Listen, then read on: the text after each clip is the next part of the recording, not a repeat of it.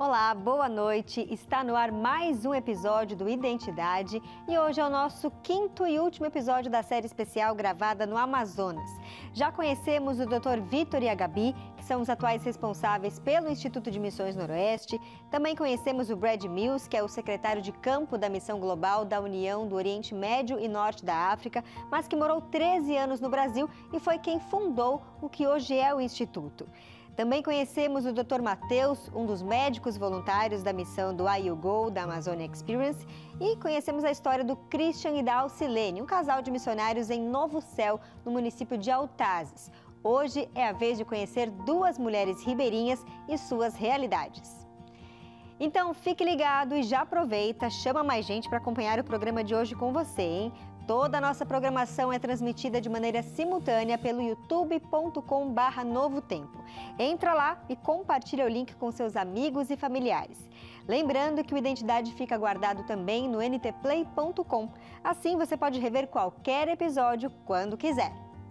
Eu vou para um rápido intervalo, mas em seguida você vai acompanhar essa entrevista com essas mulheres de fé que, apesar das dificuldades e desafios, não deixaram de confiar no Deus Todo-Poderoso. Está emocionante e eu espero você. E aproveito para mandar um abraço para o pessoal de Portugal, porque o sinal aqui da Novo Tempo agora está sendo transmitido também lá na Europa, em Portugal. Então, um grande abraço a todos os nossos amigos de Portugal. Eu volto já.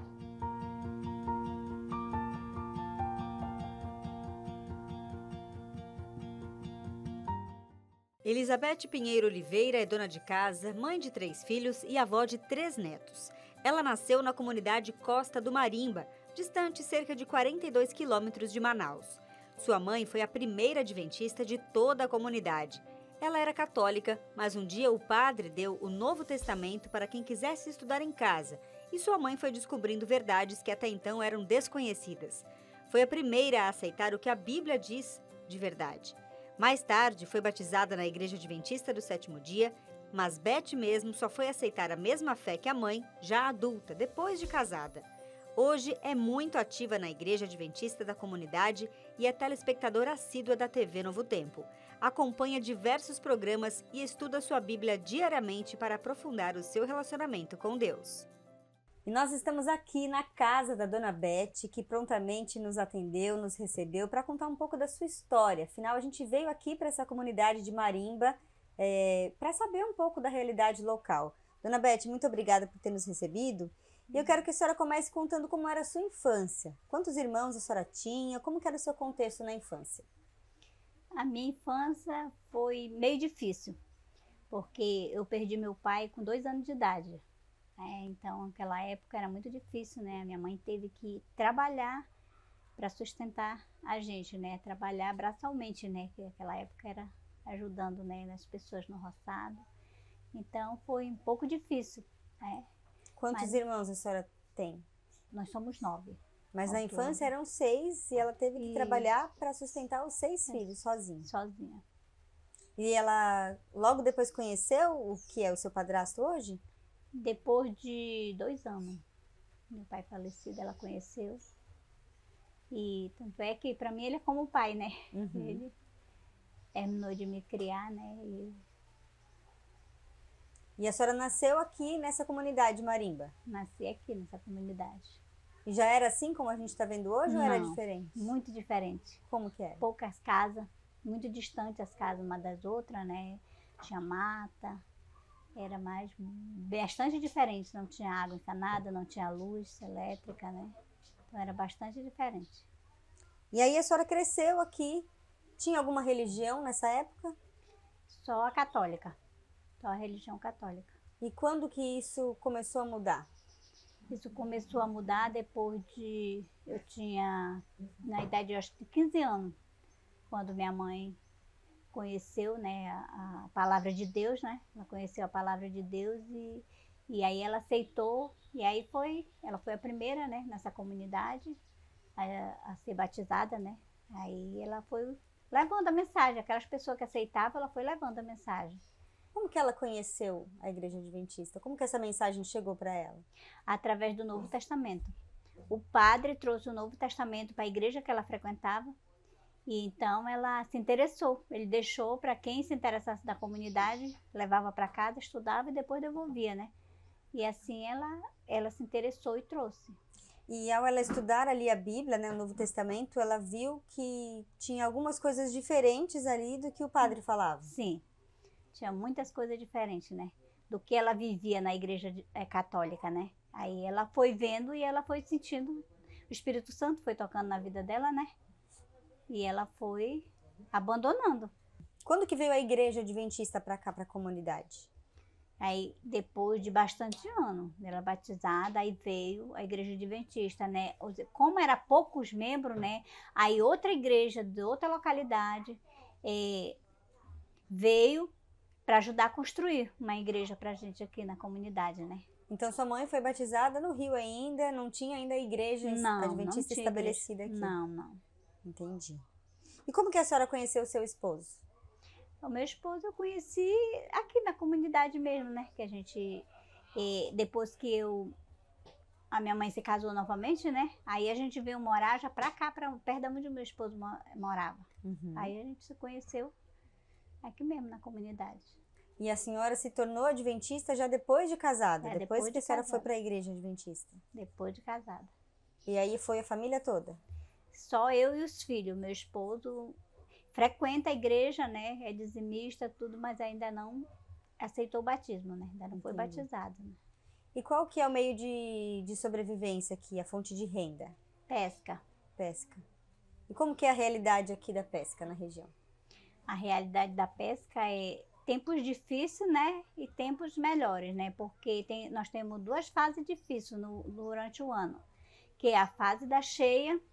A cheia, praticamente a gente fica sem nenhum recurso. Aí, depois quando vem a seca, aí vai baixando o rio, né? Vai melhorando um pouco. Aí depois quando chega essa época da seca mesmo, né? Aí também fica difícil, porque é perigoso. Uhum. Tem muito jacaré no lago. E aí fica perigoso para pescar, né? A pessoa vão porque precisa, né? Mas é difícil. E já aconteceu algum acidente, alguma coisa assim com o jacaré? Já, vários acidentes. Pessoas já morreram, né? O jacaré pegou, outras ficaram deficientes na comunidade. Então, assim, eu sou assim, meu esposo sai, não só pelo meu esposo, mas por todos da comunidade. Eu fico orando durante o dia todo. Enquanto eles não chegam, eu tô orando, pedindo proteção para eles, né? E quando eles chegam, eu agradeço a Deus por ter dado a proteção. Chega a ter alguma ajuda nessa ocasião em que quase não dá para pescar? Não. É muito difícil as autoridades olharem assim pela gente, né? Muitas das vezes, quando elas resolvem olhar, é a época que o rio já está baixando, já está melhorando. Então fica muito difícil, tem pessoas que passam muita necessidade. A gente tem que compartilhar aquele pouco que a gente tem com as outras pessoas que necessitam. Então, quando tem famílias que estão precisando de ajuda, vocês se juntam e vocês mesmos se ajudam ali. Vê quem precisa, quem tem um pouquinho mais para poder compartilhar. A gente faz isso, a gente compartilha, né? A gente tem um projeto na igreja assim, que a gente doa, né? Por família, né? O chefe do diácono, ele sai nas casas, né? Dos irmãos, aí vai recolhendo alimento e aí a gente vai fazer aquela cestinha básica para ver quem está mais necessitado para doar. E aqui a gente está a uma boa distância da capital, né, Manaus. A gente só consegue chegar ali de barco ou de lanche, enfim, alguma embarcação. E a senhora tem uma vendinha aqui do lado da casa da senhora? Sim, e a gente vai de voadeira, né, para comprar o que precisa, né. Mas essa época é muito difícil, porque o ganho já é pouco, que a gente não pode vender também muito caro, né, que as pessoas não têm condições de comprar, aí é pouco e quando a gente chega ainda tem que pagar, né, carregador para carregar, porque fica difícil, né, as coisas. Então ajuda um pouco, mas também não é aquela coisa que dá um super alívio no orçamento familiar, mas ajuda. Ajuda um pouco. Como que a senhora vê a sua vida antes e depois de conhecer Jesus? Muito melhor depois de conhecer Jesus. Porque apesar das lutas, né, das dificuldades, né, principalmente com essa enfermidade, mas é uma coisa que sempre eu falo para as pessoas, que o que me mantém de pé é Cristo.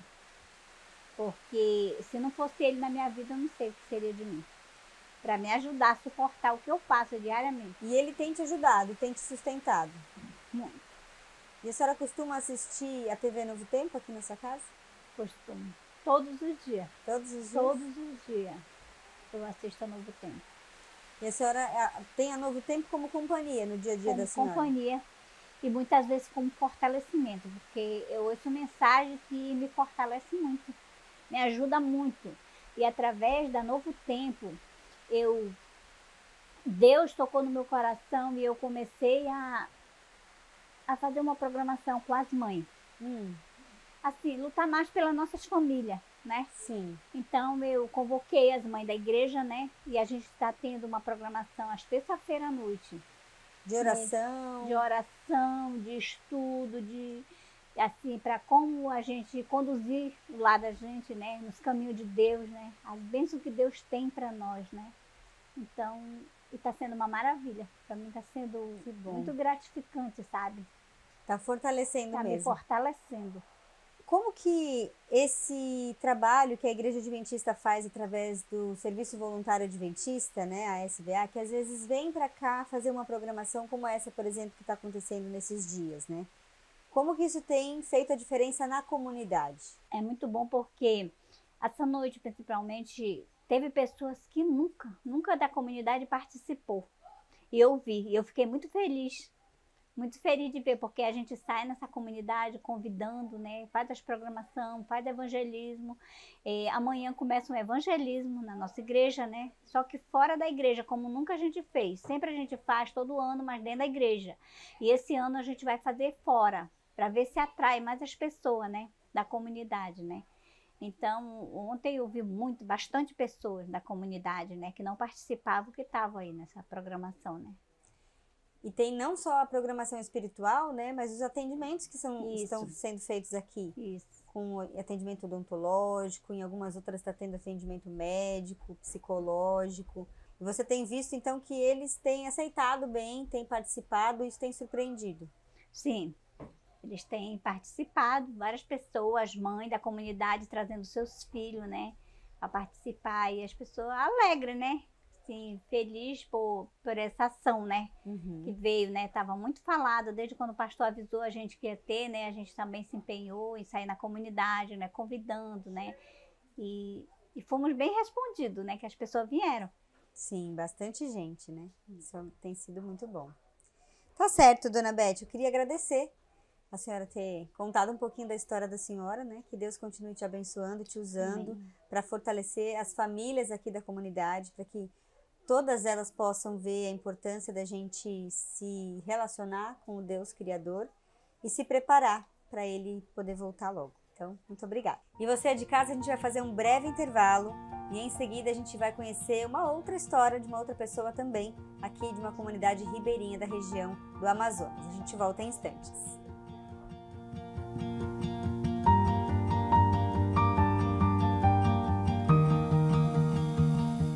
Mical Miriam é cristã e costuma frequentar os cultos em várias igrejas diferentes.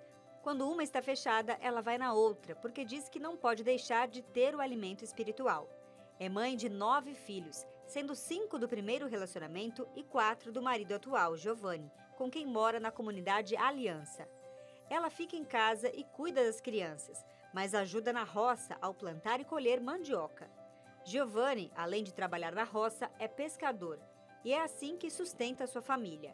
Mical ficou muito feliz com a chegada dos voluntários na comunidade, porque além de ter a sua casa pintada de azul, que é a sua cor preferida, ainda ganhou uma cesta básica e pôde participar do Mutirão da Beleza, recebendo limpeza de pele e hidratação no cabelo. Além de ser beneficiada pelo bazar que doou roupas e calçados, além de kits de higiene pessoal. Ela passa por muitas dificuldades, mas prefere enxergar só as bênçãos e não se cansa de agradecer a Deus por tudo. Identidade de volta. No programa de hoje estamos conhecendo a realidade de algumas famílias que vivem na população ribeirinha aqui do Amazonas. No primeiro bloco a gente conheceu a história da dona Elizabeth, que mora ali na Marimba. E agora a gente veio para uma outra comunidade chamada Aliança, onde a gente vai conhecer um pouquinho mais da história da Mical Miriam. Mical, Miriam, obrigada por ter aberto aí a porta da sua casa para receber a gente. Eu queria que você contasse um pouquinho aqui da sua história. Você cresceu aqui nessa comunidade? Não, eu cresci em Manaus, né? Em Manaus. Isso, eu vim pra cá uns 20 anos, por aí. 20 anos que você está aqui. É. E como é que é a realidade aqui? Você trabalha fora? Você fica em casa cuidando das crianças? Qual que é a renda da família? De tudo a gente faz um pouco, né? Tipo, a gente aqui planta roça, né? Aí quando é para ir plantar, para ir capinar, aí vai eu e meu marido, né? Mas geralmente eu fico em casa cuidando dos meninos, cuidando das coisas de casa, né? E o que vocês plantam aqui? Nós plantamos mandioca para fazer farinha. Mandioca. É. É bem típico aqui da região, né? Sim, Todo sim. mundo, todas as refeições que eu fiz tinha sempre uma farinha de mandioca pra gente comer. Ter. Tem que ter, né? Tem que ter a farinha. E você estava me contando que você tem 9 filhos? Sim, tenho 9 filhos. É, Mas atualmente que vive comigo é só 4. Os Só outros 4. já são grandes, né? Já tem um de maior. Tem outra também que já tá quase ficando de maior.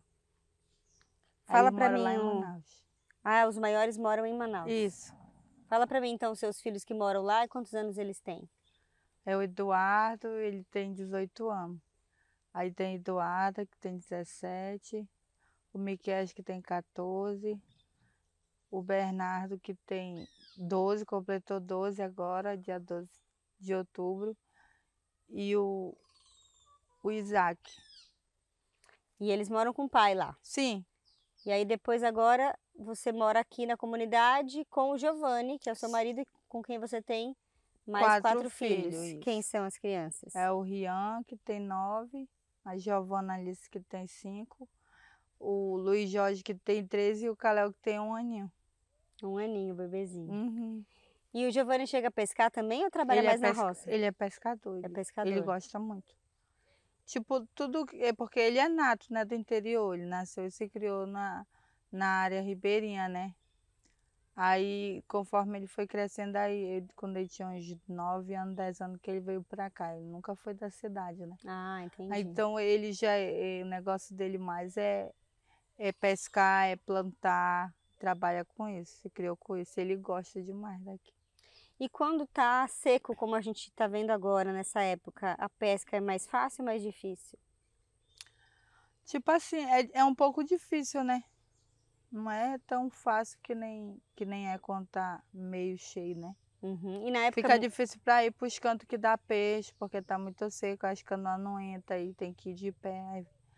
Às vezes os lagos estão tão secos aí, não tem como levar as canoas para dentro, né? Onde dá os peixes.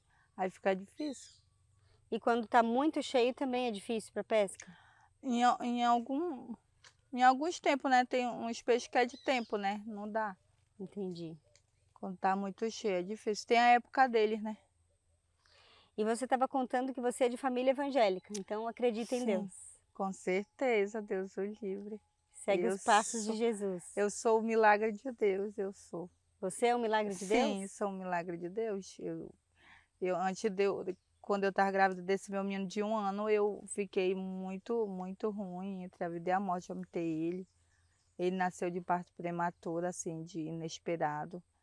E ele nasceu falecido, aí passou um processo no hospital, resistiu, graças a Deus. E ele está vivo, e eu também. Você também corria um perigo ali, né? Sim, porque na hora o médico perguntou dele qual dos dois ele queria que fizesse alguma coisa. Aí ele ficou desesperado, né? Nossa. E eu imagino que você, sua família, sua mãe, crendo em Deus, devem ter orado bastante. Sim, minha mãe é. Minha mãe é uma bênção na minha vida. E como que é a vida com Jesus para você, Mical? Bom demais. Não tem nem como explicar, sabe? Porque nos mínimos detalhes, assim, Deus sempre se mostra presente. Para mim, eu falo por mim, né? Uhum. Naquelas horas que a gente pensa que não vai ter jeito, não tem mais como. Acabou tudo e ele se mostra presente, né? Eu falo por mim. Eu já passei por muita coisa. E nós continuamos passando, né? Mas com Deus é mais fácil, a gente tem uma esperança, né? Que vai dar certo, que Ele está no controle, Uhum. que tudo é com permissão dEle, tudo é por Ele, tudo é para Ele. Então não tem por que se desesperar, né? Hoje Verdade. em dia eu não me desespero mais. Né?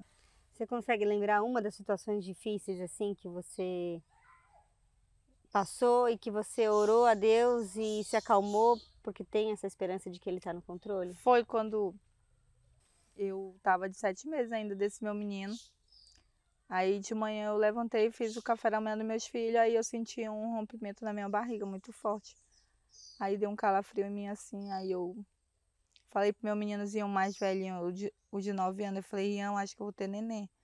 Tu cuida dos teus irmãos, porque eu não sei o que vai acontecer. Porque eu já tinha um pressentimento, né, ruim. Uhum. Seu marido não estava em casa? Não, ele saía às 5 horas para ir trabalhar. Ele não estava em casa. Aí eu ajeitei meus meninos tudinho, aí eu chamei a vizinha, não tinha ninguém em casa. Eu fiquei pensando, eu disse, assim, meu Deus, e agora o que que vai ser de mim? E aqui na comunidade não tem nenhum hospital? Não, nós estávamos em Manaus, porque eu já estava tendo uma gravidez De risco? de risco, né? Desde o Ah. início, sempre foi problema, assim, eu sentia muito mal, me sentia. Aí nós alugamos um quarto lá em Manaus, aí ficamos lá, até o teu neném. Para poder ter essa estrutura. Isso, Entendi. porque eu já tava sentindo que ia acontecer alguma coisa. E aí foi nesse dia que aconteceu isso, aí eu consegui chegar no hospital, deixei meus filhos lá na casa de um vizinho um pouco distante, mas eu ainda cheguei lá, e aí foi só o tempo de eu chegar no hospital, aí já cheguei, já fui pro soro, já fui, não tinha mais força mais no meu corpo, já Uhum. fui desfalecendo, né? Eu escutava as enfermeiras falando que eu não ia resistir, né, porque eu tava muito fraca, e outras coisas assim que eles falam que a gente não entende, né? Sim.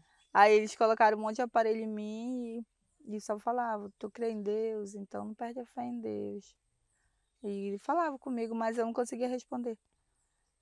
Mas aí aquilo ali eu via que era, eu sentia que Deus estava comigo, sabe? Que Jesus estava comigo ali, porque no meu coração eu sentia que não era para mim me desesperar.